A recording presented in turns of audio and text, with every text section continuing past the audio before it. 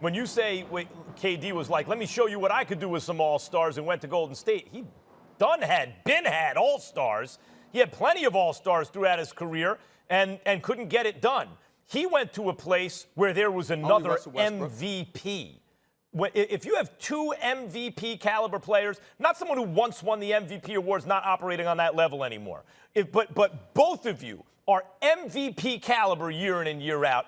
That team, in the absence of another team like that, is going to win the championship almost every year in NBA history. That's how it works. We're two MVP caliber players on the same team. It just happened this year with LeBron and AD. Okay, let's start there. He went to Golden State, already a 73-win team, already an MVP caliber player with Steph Curry. They added another MVP. It was a wrap after that. That doesn't prove a whole lot. We already know that Kevin Durant can really play. Here's the issue, Stephen A. You say his game isn't predicated on athleticism as much as some other guys. He can shoot. He's smooth. Matter of fact, he can pass nowadays. All those things. He can average 25 in his sleep, and I agree with that.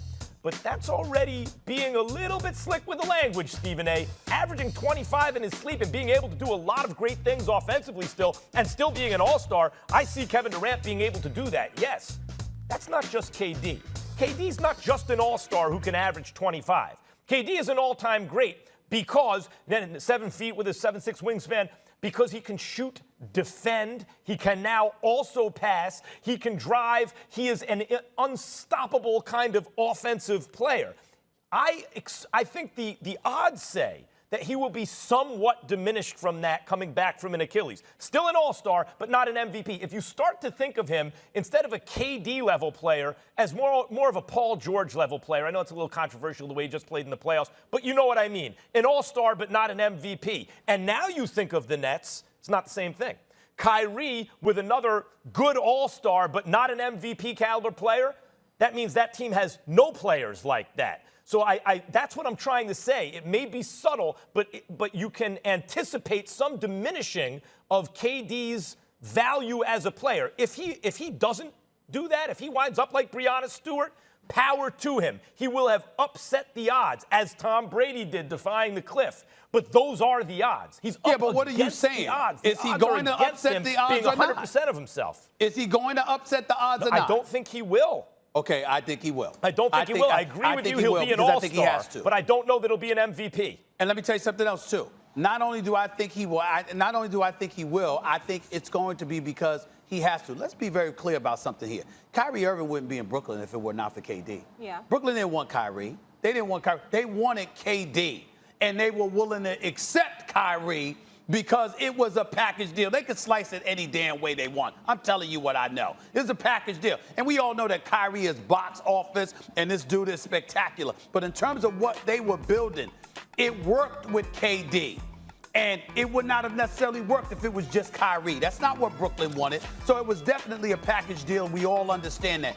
In the end, they've talked. They're both champions, but they ain't LeBron at this moment in time.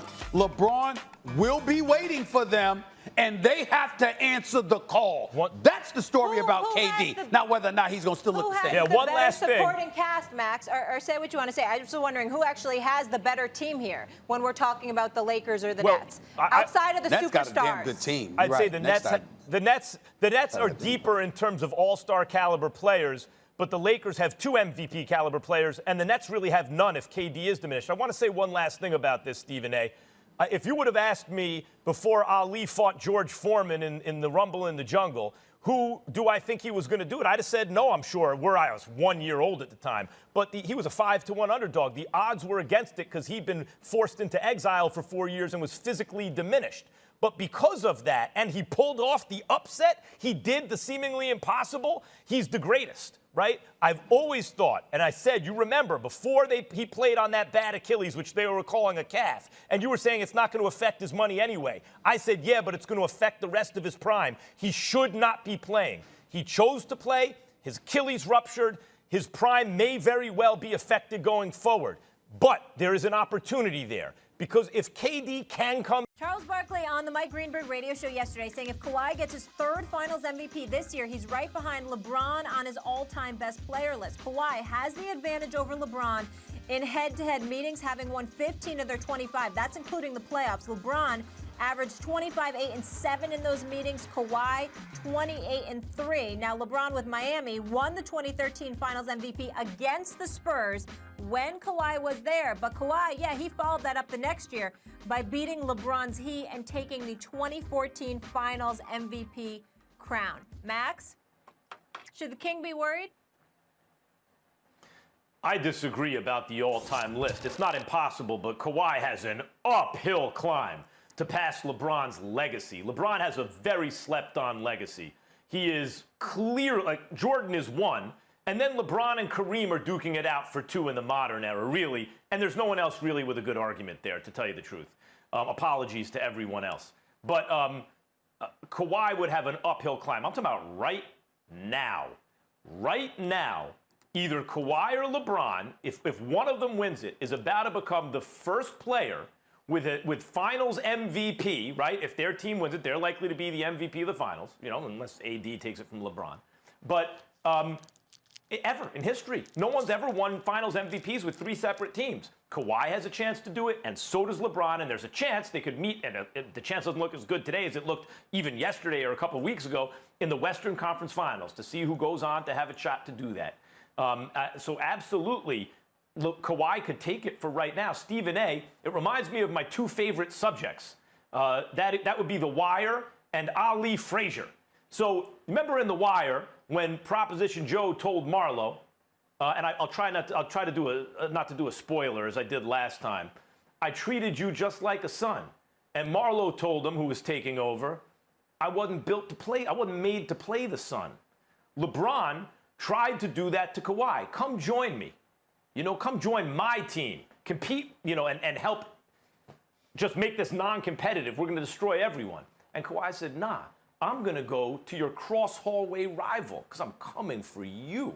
Kawhi was coming for the crown. And Stephen A., the way it reminds me of Ali and Frazier is I don't want to hear bubble excuses right now about this. Because Ali was off for 4 years before he fought Joe Frazier.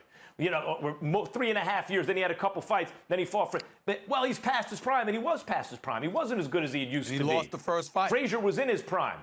And he lost the first fight, and Frazier took the throne. The throne was divided. The title was divided at the time because in Ali's absence, he was forced into exile undefeated. He still had the crown. But Frazier took it in Ali's absence. Now they're fighting to see, okay, but who's the undisputed champ? Frazier beat him. Ali's the greater fighter all the time, but Frazier beat him in that fight because he was in his prime.